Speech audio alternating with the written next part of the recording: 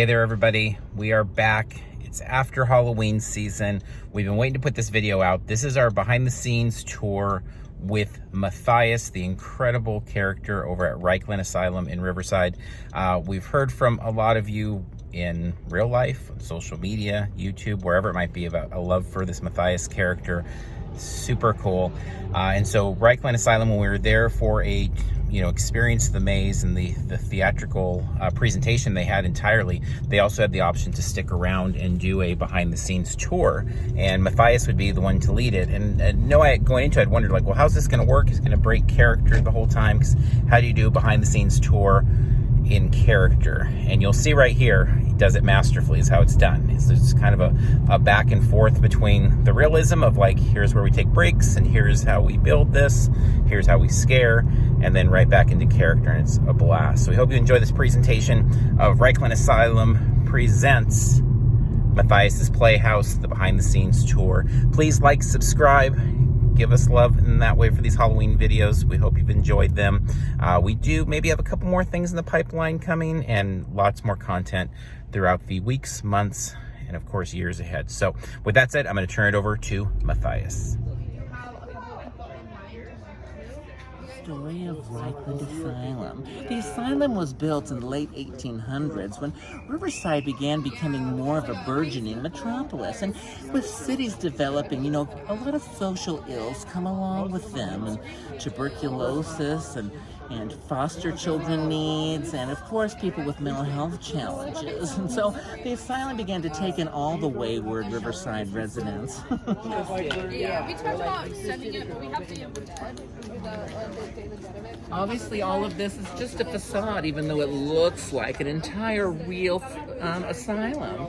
Everything is foam, coated with cement in order to give it that stone-like appearance. Anything that's carved was carved with a hot knife before the cement was painted on top of it. And then it was painted in order to give it some additional dimension and effects. This is PVC pipe and wood with some folios added to the top and painted to look like it's rust. All of these foam pillars are actually very light, and so when the winds came, that was a problem. So they are now grounded using bricks inside in order to be able to give them some weight. But sometimes our guests don't realize that these are fake, and they'll lean up against them and they'll break them. On opening night, we had a kid who's probably like 8 or 10 deciding he was going to do some parkour, and his leg went through the pillar itself. And he got kicked out. So, but it's a compliment, but the kid was still a jerk. This facade is the same. This brick was actually cut with a hot knife. It's just sheets of foam over wood. If you come in on this side, you can get a really good look in terms of how it was actually built. You can see that it's just plywood with that facade on the front of it. Some added extra grading in order to give it that effect of, that we are caged inside. We like to call this the long black hallway. On the other side of this is the actors' green room. So this is the place where they wait to get their makeup, wait to get in costumes. It's also their break space, so there's treats and water and that sort of stuff. The house is very small, and it's still a living space. People live in there, and so the only time they go inside is when they're called in to have makeup, or to get into their costume, or if they have to use the restroom. Otherwise, they use this waiting space behind this wall for their breaks and a place to just kind of hang out. It makes the house a lot less crowded and makes it more organized to be able to get them prepared. You experienced the pre-show landing already, and it does its dual purpose. One, to be able to give you some orientation to the storyline, and in addition, it adds the rules of the story, or the rules of the haunt, into the story, and so it gives them an opportunity to make sure that everybody is on the same page before they go through the door. We've also had some experiences where the very little kids who weren't quite sure whether or not they wanted to enter, this is the place where they realize, I'm really too scared by this, and it gives them an easy exit to be able to. Smart. Do I smell friends? Our actor who plays Mari the nurse not only has developed, one of the cool things about Reichland is after assigning a character to the actor has a lot of leeway to be able to develop the character so they own it. This is actually the actress who plays Mari, her first time being a haunt actor. Wow, you're great. Friends! Johnny, it's friends! Friends! We love you! underneath the platform was all her. Yeah. She was not directed to do that. She discovered it on her own as a way of adding the scares to the guests who were actually in this room. Very good. Very, very It good. was actually Johnny's idea. Oh, it was. So they come up with a lot of good stuff together. Rule number 4. Rule number 4. Rule number 4. Misbehavior will get you Removed. Sometimes I will join them in this space, and that's where they actually get to see the maniacalness of Matthias in his glory. The child begins to drip away, and the evil mastermind begins to show himself. Dr. Crawford was our long-standing superintendent, but he just happened to disappear. His long-term apprentice was Dr. Falls. Dr. Falls, would you like to tell our guests a little bit about your backstory? Of course, of course. So basically, I was his apprentice, as you heard, and I would do anything to be a good doctor, even if it meant doing the dirty work. And we have some homeless people sleeping here, and of course some patients get lost on their way of trying to find their way around the haunt itself. Painted to look like it's kind of like the alley between the main part of the hospital before we get into the ward or the unit. Real telephone booth, real VW bug, real homeless man. One of our favorite stories is somebody actually gave him change in going through. And then of course the detour.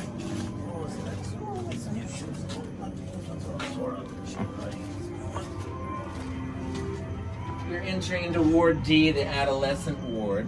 All of these drawings were drawn by the actors. They were given a simple instruction of draw things as if Matthias would like them. So you see everything from cuddly and welcome home to confused to, well, like this. Where things are a little more disturbed. Come play with me. And of course the teddy bear with a knife. I think that symbolizes things fairly well. For a long period of time in running the asylum. So much so that she thought that she could actually take my place and tried to stage her own uprising. Mary, Mary, quite contrary. How did your betrayal go? With one sharp slice. She paid her price because traitors reap what they sow. I leave her there as a warning to the other patients not to try it again. But she is beginning to stink.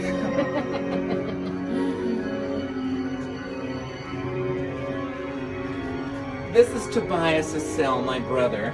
He likes things simple. Sometimes some of the other residents like sleeping here as well. All the bars are made from PVC. This is wood. They were decorated or given their effect by tile glue mixed with paint. Literally, they would put a glove on, put their hand in the tile glue, put a hand in paint, and then just imprint wherever the glue hit is what stayed there. To be able to kind of create that dimensional rest effect. Standard window, when there's more actors, an actor on the other side of this can also get people with additional bang or kind of a jump scare, or at least create kind of an ominous silhouette from that side of the wall as you're going through, which distracts them from whatever can happen on this side. This is my cell. One of the only places where you have to duck. Confused, you never know who's who. But they love to stay in this place. Right now he's showing you a little side effect from his medication. We call that tardive dyskinesia. But, you know, it's comforting sometimes to be in Daddy's bed. So he likes to sometimes sleep in here. You can warm the pictures. All of the patients have been instructed to encourage the guests to stay. Matthias wants to grow his family and his influence. So almost like a cult figure, he's trying to develop a new family, one that was denied to him from his abusive upbringing.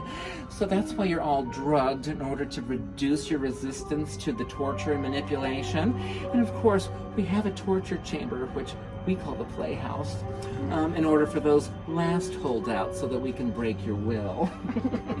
This is the janitor's closet. It gives some space for actors to be able to do jump scares.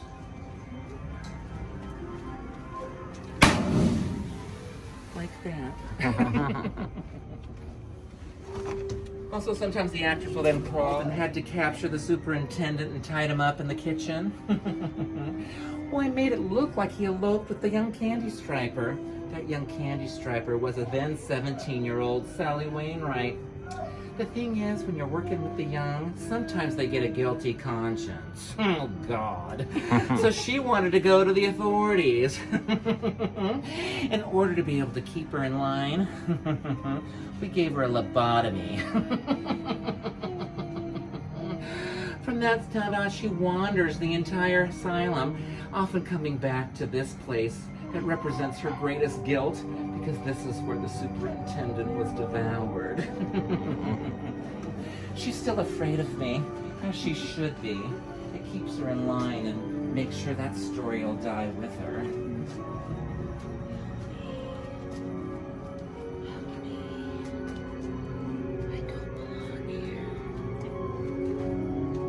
You need to be quiet, Sally. They're not paying attention to you. What's going on over Oh there? my goodness. Let's put some more. By the time that you reach this place in the haunt, the bug juice should have taken full effect. For anybody not under the influence of the drug, this is just a dark part of the back alley. If you're seeing flashing lights or any other activity, you're hallucinating. Watch your step. I know it's very dark in here.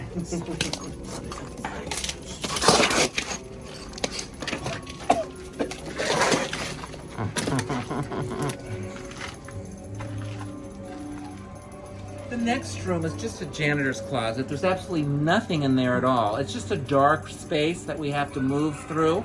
So again, if you see anything inside of here, hear anything inside of here, it's the effects of the bug juice. Watch your step. I know it's very crowded in here. And there's no light, so it's hard to see.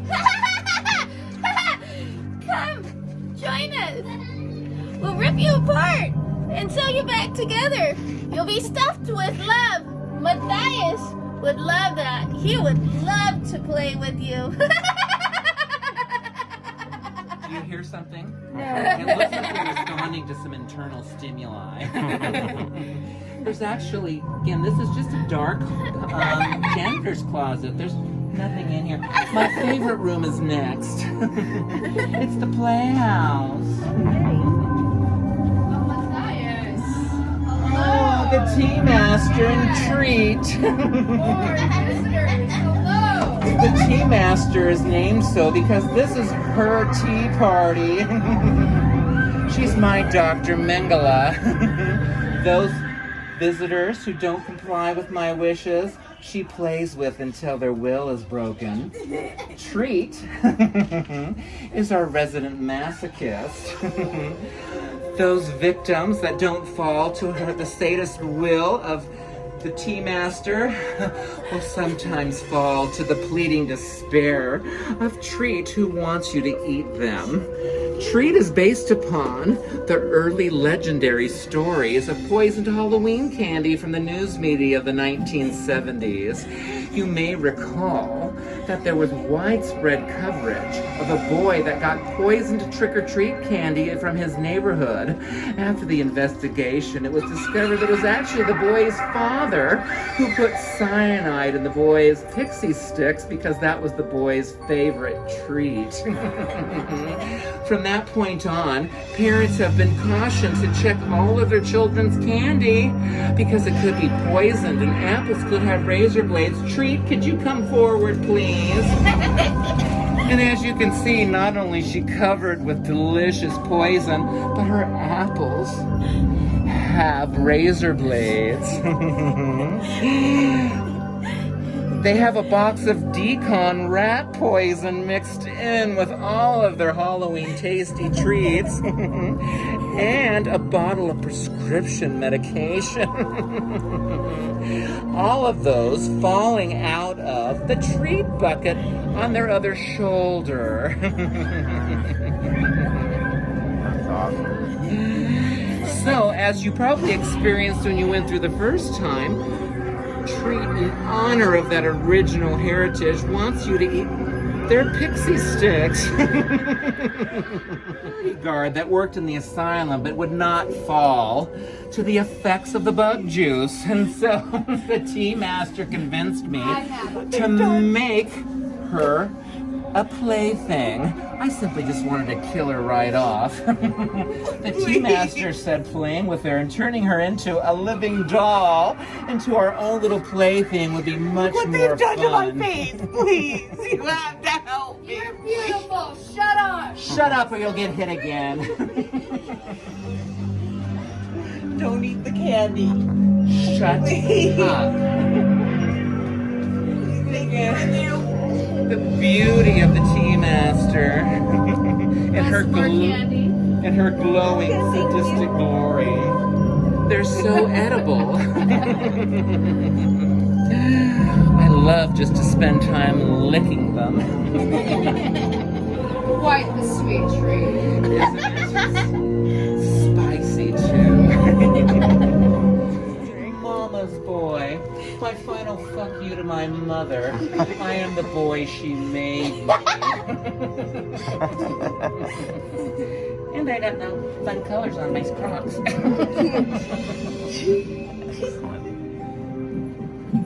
Bye, Matthias. We'll see you again. Thank you. Come see us again. This is what I like to call the long, dark hallway. My guests begin to kind of decompress and giggle and laugh that they've survived the haunt and, you know, hopefully saying wonderful things about their experience. They're a little distracted because it's so plain until they get to this final panel. It's a drop panel. So again, when we're fully actored up, they're distracted. The actor gives them one final scare before they leave out to the front of the haunt again. And sometimes, because I'm roaming around, I'll sometimes hide in this alcove to get one last chance at getting their fingers. So they get a 1-2 scare right before they get to exit. As soon as I cross the threshold, sinister Matthias goes back into playful Matthias again, showing his cover for the, again, abusive mastermind that he is underneath it all. So you'll actually, I have to hide my weapon in the back of my jammies. This is where it goes because that's where it's my insurance. You remember my insurance. Oh, yeah. It'll get caught up in my roll. That's not nice. And here we go, Dolly. Again. I hope you had a good time. We had a great All of our time. treatments here at Reichland Asylum are designed to give you peace and love. So you leave feeling relaxed. I dare say zen-like. So everybody needs to come to Reichland Asylum. It's a wonderful place. We love everybody into their wellness. You know, the other day, a little girl came screaming out of the entrance, and guests dared to tell me that that was proof of my insincerity regarding how this actual asylum treats people. They said, see, she's crying. And I said, oh, no, fine people, you misunderstood. As Alexander Pope once wrote, excess joy weeps. That's not fear. That's exuberance, the euphoria from the Reichland treatments. Thank you, Matthias. Thank you.